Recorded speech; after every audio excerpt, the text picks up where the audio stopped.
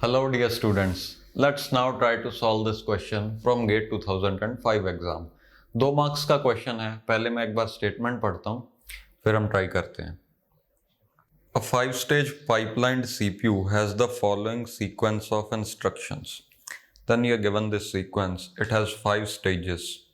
Just have a look at these stages, which are IF, RD, EX, MA, WV. And then also just have a look at this program. There are only 3 lines in the program. And they're asking, let each stage take 1 clock cycle.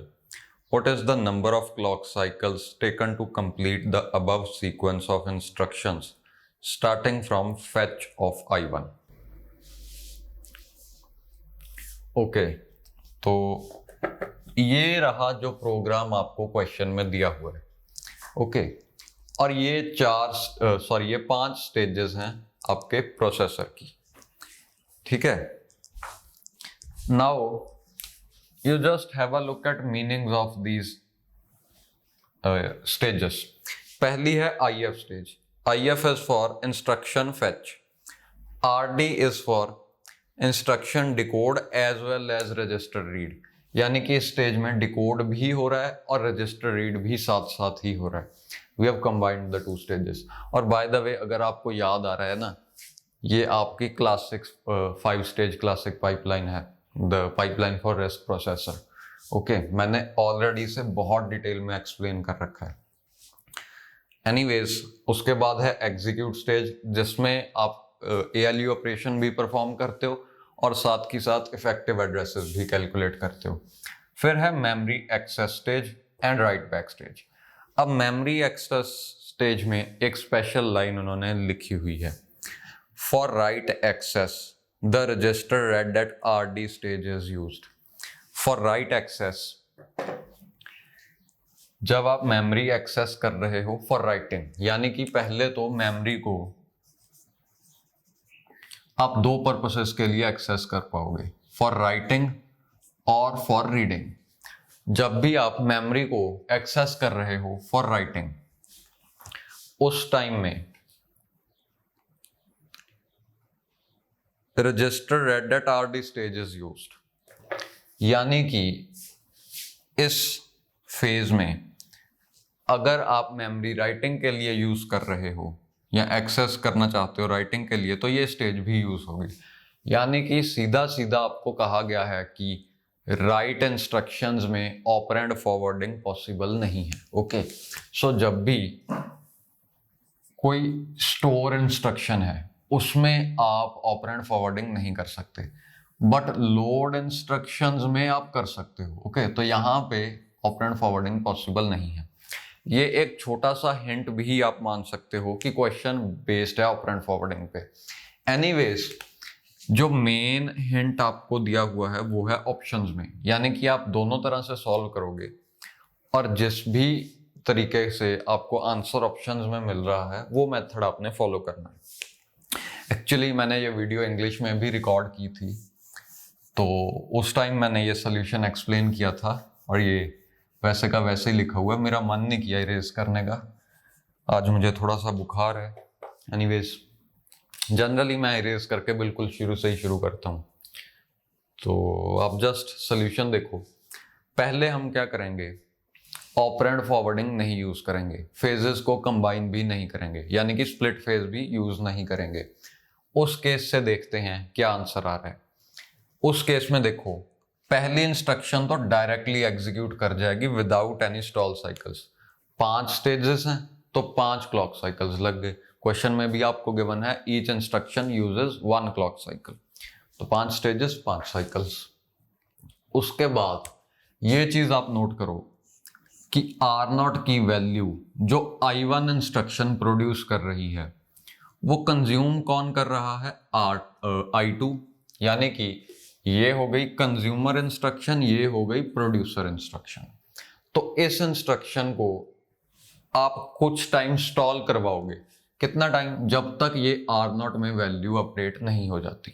Okay, means अब fetch करने के बाद आप RD नहीं perform करवा सकते। RD क्यों नहीं परफॉर्म करवा सकते, क्योंकि इंस्ट्रक्शन I1 R0 को कब अपडेट कर रही है? राइट बैक फेज में। ये एरो मैंने बना रखा है। राइट बैक में कैसे पता चला? बिकॉज राइट बैक का मतलब है the register file is updated. Right back में उन्होंने भी मीनिंग बता रखा है, रजिस्टर राइट बैक। तो जो भी वैल्यू रजिस्टर्स में अपडेट होनी है वो ये WB स्टेज में होगी। ओके, तो WB स्टेज कंप्लीट होने के बाद, यानी कि इस पॉइंट के बाद ही आप इंस्ट्रक्शन I2 का RD परफॉर्म करवा सकते हो, क्योंकि हमें अपडेटेड वैल्यू ही रीड करनी है। अगर हम पुरानी वैल्यू यहाँ पे ही रीड करवा दें, पुरानी वैल्यू रीड कर लें, तो ये प्रोग्राम का रिजल्ट कभी भी कुछ भी आएगा। Okay, that's just bullshit. Okay, now ये इंस्ट्रक्शन यानी कि I2 को अब और कोई भी ऐसी वैल्यू नहीं चाहिए जो पिछली इंस्ट्रक्शंस जनरेट कर रही हैं, यानी कि अब ये बचे हुए चारों फेजेस बिना किसी स्टॉल के एग्जीक्यूट कर पाएगी। Means RD EX MA WB। Okay, next thing is, ऐसा ही कुछ हो रहा है जैसे ये वैल्यू यहाँ पे जनरेट हो रही है और यहाँ पे यूज हो रही है। सिमिलरली यहाँ पे I2 में भी एक वैल्यू जनरेट हो रही है जो I3 यूज कर रही है। अब आप देखो, I2 क्या बन गई? Producer instruction. This one is now producer and this one is now consumer. Means ये दोनों भी एक दूसरे पर डिपेंडेंट है, रादर सिर्फ I3 I2 पे डिपेंडेंट है। मतलब जब तक ये वैल्यू यहाँ पे इस रजिस्टर R0 में अपडेट नहीं हो जाती तब तक I3 रीड नहीं करवा सकती। सिमिलरली ये राइट बैक होने तक, जैसे हमने यहाँ पे कहा था कि राइट बैक के बाद ही रीड परफॉर्म होगा, तो यहाँ पे भी राइट बैक के बाद ही रीड परफॉर्म होगा। Okay, that simple. अब राइट बैक के बाद आपने रीड परफॉर्म करवा दिया, अब और कोई स्टॉल की जरूरत नहीं, यानी कि read execute memory access write back for I3 के लिए चारों फेजेस एक साथ ही हो जाएंगे। इस केस में टोटल हमें लगे 13 क्लॉक साइकिल्स। 13 ऑप्शंस में नहीं है। अब 15 को तो आप यहीं पे रिजेक्ट कर सकते हो। ओके, क्योंकि हमें जो आंसर मिल रहा है 13 है। अगर हम इसमें और टेक्नोलॉजीज यूज करें लाइक ऑपरेंड फॉरवर्डिंग, तो आंसर 13 से कम ही होगा, 15 तो नहीं हो सकता। Okay, so just eliminate this option. Next thing is, अगर हम इसमें दो स्टेजेस को एक ही क्लॉक साइकिल में कंबाइन करने की कोशिश करें, यानी कि जहां पे डिपेंडेंसी है ये राइट बैक और ये RD स्टेज को अगर हम एक ही क्लॉक साइकिल में परफॉर्म करवाएं, that is split phase. You know that, है ना? मैंने बहुत अच्छे से डिटेल में एक्सप्लेन किया था कि स्प्लिट फेज कहाँ यूज हो सकता है, कहाँ कहाँ आपको लगेगा कि स्प्लिट फेज होना चाहिए बट वहां पे स्प्लिट फेज यूज नहीं हो सकता, है ना? वो थ्योरी लेक्चर्स में हम देख चुके हैं। एनीवेज, स्प्लिट फेज का मतलब होता है ऐसी दो स्टेजेस को एक ही क्लॉक में कंबाइन करवाना। मतलब कि 5th क्लॉक में ही अगर मैं RD भी करवा दूं, जैसे RD स्टेज का यहां लिख दूं, तो ये एक एक क्लॉक साइकिल पीछे शिफ्ट हो जाएगा। यानी कि अभी तो यहाँ पे 9 क्लॉक साइकिल्स में हो रहा है, उस केस में ये 8 ही क्लॉक साइकिल्स में हो जाएगा अगर RD हम यहाँ लिख दें। बेसिकली हम RD को यहाँ कैसे लिख पा रहे हैं? क्योंकि हमें पता है कि WB कोई वैल्यू को अपडेट कर रही है रजिस्टर्स में, यानी कि WB फेज के पास वैल्यू तो है ना ऑलरेडी, और RD फेज या RD स्टेज को वही वैल्यू की जरूरत है। अब इसके पास वो वैल्यू है, ये कहीं से वैल्यू कैलकुलेट नहीं कर रही, वैल्यू ऑलरेडी है, या वैल्यू कहीं से फैच नहीं करनी, फैच MA ने ऑलरेडी कर रखी है। इस स्टेज के पास वैल्यू है और इस स्टेज को वैल्यू चाहिए, तो इस वजह से हम इन दोनों को कंबाइन कर पाते हैं। बट MA के साथ आप कंबाइन नहीं कर सकते, बिकॉज MA एक पूरा क्लॉक साइकिल लेगा, बिकॉज MA मेमोरी एक्सेस के पास वैल्यू होती नहीं है, उसे वैल्यू मेमोरी से फेच करनी पड़ती है, तो उसके लिए पूरा क्लॉक साइकिल लगेगा। एनीवेज, ऐसा करने पर एक एक क्लॉक ये चारों शिफ्ट हो जाएंगे, यानी कि अब 8th क्लॉक साइकिल में हो जाएगा। वैसे ही आप इन दोनों को कंबाइन कर लोगे तो एक क्लॉक तो आपने यहां से बचाई। Just a second, let me clear this. तो एक क्लॉक साइकिल आपने यहां से बचाई, ओके। दूसरी क्लॉक साइकिल आप इन दोनों को कंबाइन करके बचाओगे। तो in total 2 clock cycles reduce हुई। पहले थी 13 क्लॉक साइकिल्स, अब कितनी होंगी? 13 minus 2 which is 11 clock cycles. यानी कि ये 12 ऑप्शन भी रिजेक्ट हो गया। आंसर 11 से कम ही होगा। 11 तो ऑप्शंस में है नहीं, तो या तो 8 होगा या 10 होगा। यानी कि अब हमें क्लियरली पता चल गया कि ऑपरेंड फॉरवर्डिंग भी यूज करनी है। तो ऑपरेंड फॉरवर्डिंग यूज करके देखते हैं क्या हो रहा है।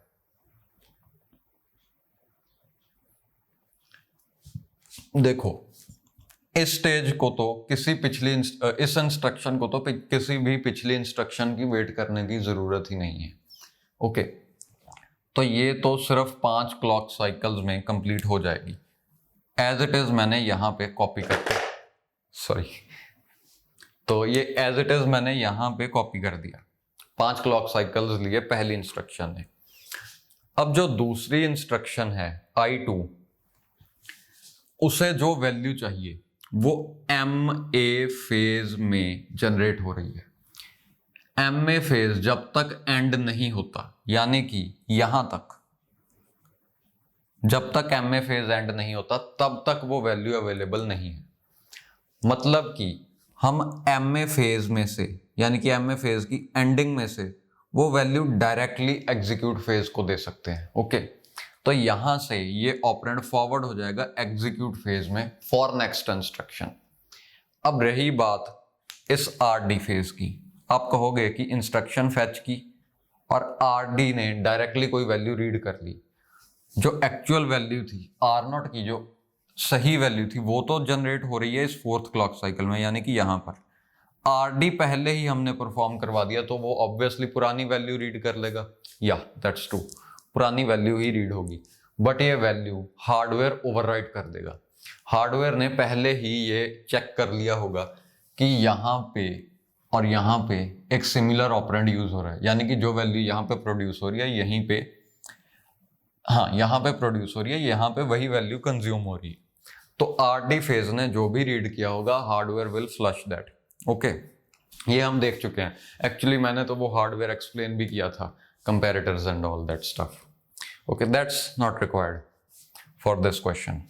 अच्छा, एक और चीज हो सकती है, RD हो सकता है डिले हो जाए यहां तक, यहां पे भी हो सकता है, और ऐसा भी हो सकता है कि RD बिल्कुल स्किप ही हो जाए। मीन्स दिस इज पॉसिबल कि second stage for I2 is free, वो कुछ नहीं कर रही, बिकॉज एनीवेज इसकी वैल्यू तो ओवरराइट ही होनी है। But we can never be sure about this stage कि RD परफॉर्म हो रही है या नहीं और कब हो रही है। और इसका कोई खास फर्क आपके आंसर पे पड़ेगा भी नहीं, चाहे यहां पे लिखो, चाहे यहां पे लिखो, चाहे ना लिखो, ओके। टाइम तो क्लॉक्स तो उतनी ही लगेंगी, आपको तो end of the day clocks पता करनी है कितनी लग रही हैं। Just a second, let me clear this.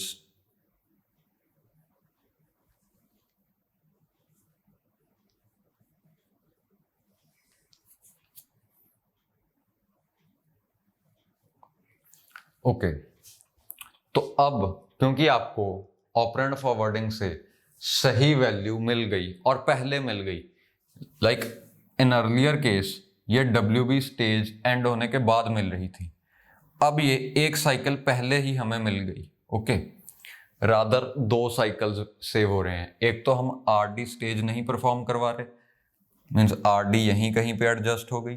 दूसरी, ये एग्जीक्यूट स्टेज यहां पे आने की बजाय एक और स्टेज और पीछे शिफ्ट हो गई, यानी कि यहां पे आ गई, ओके। 2 साइकिल्स यहां पे सेव हो गए। अब आप देखो, I2 को सिर्फ एक ही ऑपरेंड चाहिए था जो ऑपरेंड फॉरवर्डिंग से उसे मिल गया।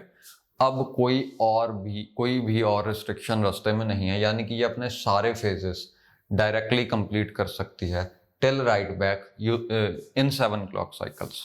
तो 7 क्लॉक साइकिल्स में हमने 2 इंस्ट्रक्शंस एग्जीक्यूट करवा दी, बट इतना पता करने का कोई फायदा नहीं हुआ, बिकॉज 7 से तो दोनों ही ज्यादा हैं, ओके। कुछ केसेस में हम सिर्फ 2 इंस्ट्रक्शंस एग्जीक्यूट करवा के रिजेक्शन मेथड से आंसर ढूंढ सकते हैं। Anyways let's move ahead. i3 में क्या है, i3 में आप देखो इंस्ट्रक्शन फैच हमने करवाया, उसके बाद हम आरडी परफॉर्म करवाएंगे, वो प्रोबेबली यहाँ पे होगा, बट हम सही कुछ नहीं बता सकते कि यहीं पे होगा या कहाँ होगा। अब आप पूछोगे कि इस सेकंड इंस्ट्रक्शन के लिए तो मैंने कहा था वो IF के जस्ट बाद में होगा, थर्ड में मैं कह रहा हूँ IF और RD में एक स्टॉल आएगा। ऐसा क्यों? बिकॉज ये RD जो भी वैल्यू अपडेट करके बफर्स में रखेगा वो वैल्यू मैच कर सकती है सेकंड इंस्ट्रक्शन के साथ। यानी कि यहां पे अगर मैं RD लिख दूं तो हमें हार्डवेयर में और भी चेंजेस करने पड़ेंगे। ये RD अब यहां पे नहीं है, मैं जस्ट एक्सप्लेन करने के लिए कह रहा हूं, एक्चुअली RD यहीं पे आएगी, बट अगर मैं यहां पे लिख दूं तो क्या होगा, हार्डवेयर हमें और भी रोबस्ट बनाना पड़ेगा। बिकॉज पहली चीज तो हार्डवेयर ने ये करनी है कि इस RD की वैल्यू को फ्लश करना है ताकि एग्जीक्यूट स्टेज अपनी वैल्यू यहां से ले सके। ओके, सेकंड चीज क्या करनी पड़ेगी, अब ये RD यानी कि i3 भी तो वही स्टेज है ना, एक्चुअली स्टेज तो हमारे पास एक ही है ना, ये है 5 स्टेज पाइपलाइन। अब ऐसा तो नहीं है कि 3 RD है, कि ये RD है, कि ये RD है, कि RD, RD तो यही है ना, ये वाली। हाँ, ये जरूर हो रहा है कि कभी इसे i1 यूज कर रही है, कभी i2 यूज कर रही है और कभी i3 यूज कर रही है। अब जब RD i3 ने यहां पे यूज की तो वो ये है RD, ये है EX, तो वो कुछ वैल्यू रीड करके EX के लिए अवेलेबल करवा देगी। ओके, यानी कि एक तो हमने इसकी वैल्यू को रिजेक्ट किया, और अगर हम ऐसा करते हैं यानी कि RD यहां पे लिखते हैं तो जो i3 ने वैल्यू लोड की होगी वो भी हमें रिजेक्ट करके फ्लश करनी पड़ेगी। और ऐसा पॉसिबल है कि i3 को वही वैल्यू की जरूरत हो, है ना। मतलब बहुत कुछ है यहाँ पे समझने वाला, और मैं आपको सिर्फ वही चीजें बता रहा हूँ जिसकी जरूरत है। एनीवेज इस केस में तो ऑपरेंड फॉरवर्डिंग होके एग्जीक्यूट स्टेज अपनी इनपुट ले लेगी, बट कुछ केसेस में ऐसा हो सकता है कि हमें हार्डवेयर को ये वैल्यू को फ्लश करना पड़े, और फ्लश करने की वजह से अब एग्जीक्यूट स्टेज एग्जीक्यूट ही नहीं हो सकती, है ना। That is possible. So keep in mind ये RD यहां पे आएगी। और भी बहुत सारे रीजंस हैं, बहुत सारी चीजें हैं जो मैं आपको नहीं बता रहा, because that would make this video very complex. I don't want to do that. और सीधी बात, एक चीज मैं आपको बता सकता हूं, जब भी ऑपरेंड फॉरवर्डिंग का क्वेश्चन आए आप इन इंटरमीडिएटरी स्टेजेस को स्किप कर लो। ओके, चाहे यहाँ है, यहाँ है, यहाँ है, यहाँ है, डोंट वरी अबाउट दैट, इन्हें छोड़ो, सीधा एग्जीक्यूट स्टेजेस पे ध्यान दो। In most of the questions it is applicable, हम थ्योरी लेक्चर्स में ये देख चुके हैं। अब ये एग्जीक्यूट स्टेज अपना ऑपरेंड लेगी i2 की एग्जीक्यूट से, यानी कि this stage is your execute stage. i2 में इस स्टेज ने जो वैल्यू जनरेट की वो ये खुद को ही फॉरवर्ड कर देगी, बिकॉज एग्जीक्यूट ही एग्जीक्यूट को वैल्यू दे रही है। पहले क्या हो रहा था, पहले तो मेमोरी एक्सेस स्टेज से वैल्यू जा रही थी एग्जीक्यूट स्टेज में। ऐसा क्यों? क्योंकि इस डिपेंडेंसी के लिए, ये जो डिपेंडेंसी है बिटवीन i1 एंड i2, इसके लिए i1 ने वैल्यू जनरेट ही मेमोरी एक्सेस फेज में की थी, क्योंकि वो वैल्यू मेमोरी में से रीड हो रही है। मेमोरी में से वैल्यू रीड करवा के हम R0 में सेव करवाना चाहते हैं, तो वो वैल्यू i1 के खुद के पास ही इस MA फेज में या MA फेज कंप्लीट होने पे वो वैल्यू i1 के पास थी, तो ऑब्वियसली हम उसके बाद ही वो वैल्यू को फॉरवर्ड कर सकते हैं।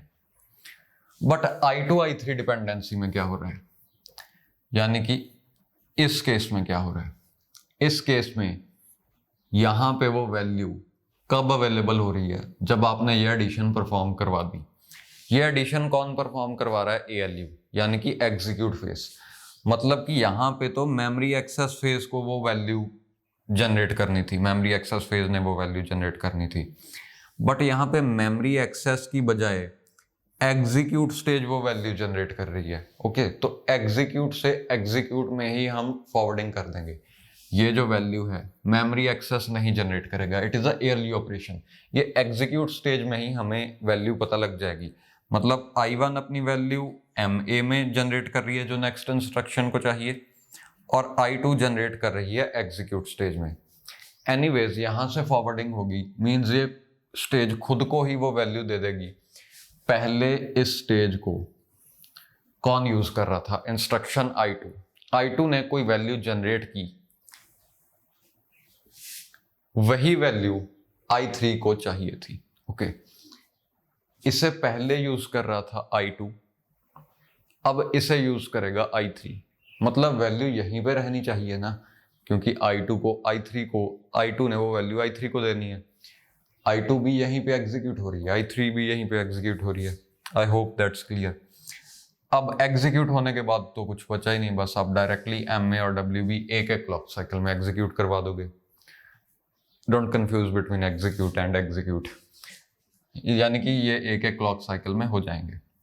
सो in total you can see 7 clock cycles तक हमने 2 इंस्ट्रक्शंस को एग्जीक्यूट करवा दिया था। सिर्फ एक क्लॉक साइकिल और लग रहा है in case of operand forwarding. तो आंसर आ गया 7 + 1 which is 8। Option number A is your answer। Thank you very much for watching this video।